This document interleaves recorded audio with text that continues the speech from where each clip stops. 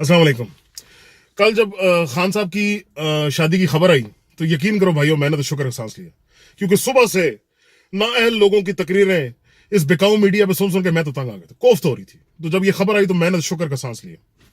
खान साहब को बहुत बहुत मुबारक हो इस शादी की, नई जिंदगी शुरू करने की। हमारी जो है नेक तमन्नाएं और दुआएं खान साहब के साथ हैं। अल्लाह ताला इसको कामयाब करे और इनको खुशहाल रखे। अच्छा, अब साथ साथ ये भी हो रहा है भाइयों कि ये जो हमारे मुखालफीन है, उनका जो मीडिया है, वो ये एहसास दिलाने की कोशिश कर रहा है तहरीक इंसाफ के वर्कर को कि इस शादी से तहरीक इंसाफ को सियासी नुकसान होगा। नहीं होगा, बिल्कुल भी नहीं होगा, रद्दी बराबर नहीं होगा। भाइयों, अगर हमें नुकसान होगा तो सिर्फ और सिर्फ हमारी जो सफों में इत्तेफाक नहीं है उससे होगा। जो हमें कलेक्टिव एफर्ट के साथ हम अपने मुखालिफ के खिलाफ जंग नहीं लड़ रहे, उसकी वजह से होगा। हम अपना फोकस जो बीच में लूज कर देते हैं उसकी वजह से होगा। हम अपनी तहरीक इंसाफ की सियासत को बजाय इसके कि गली मोहल्लों और घर घर तक पहुंचाएं, हमने उसको ड्राइंग रूमों, हुजरों, डेरों तक कन्फाइन करके रख दिया। हम आपस में ही एक दूसरे को बहस करके कन्विंस करते रहते हैं, बजाय इसके कि लोगों को जाकर कन्विंस करें, जो कि हमारे साथ फिलहाल नहीं है, जिनको फिलहाल इन चोरों लुटेरों की हकीकतों के बारे में पता ही नहीं है, या अगर पता है तो उनको एहसास ही नहीं है।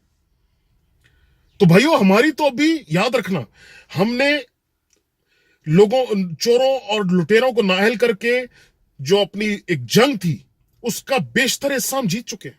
हम अपनी जंग के बिल्कुल जीतने के आखिरी मराइल में हैं।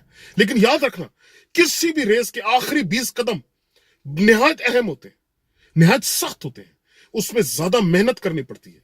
हमें मेहनत चाहिए। ये डिस्ट्रैक्शंस है जिससे हमें मुखालिफ हमारे मकसद से हटाना चाहता है और हमें फजूल किस्म की बहस में एंगेज करके हमारा टाइम जाया करना चाहता है। इससे उसको फायदा होगा, हमें नुकसान होगा। तो भाइयों, ये याद रखना, हम मुखालफीन के इस किस्म के जाती हमलों के आदी हैं। हम जानते हैं कि हमारा मुखालिफ किस लेवल तक गिर सकता है, किस लेवल तक गिर सकता है और कितनी घटिया बात कर सकता है। तो हमारे लिए कौन सी नई बात है, हम क्यों परेशान हैं?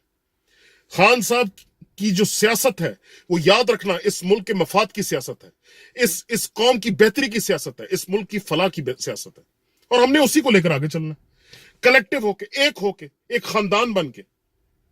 तो हमसे कामयाबी कोई नहीं छीन सकता, कोई दुनिया की ताकत हमसे कामयाबी नहीं छीन सकती।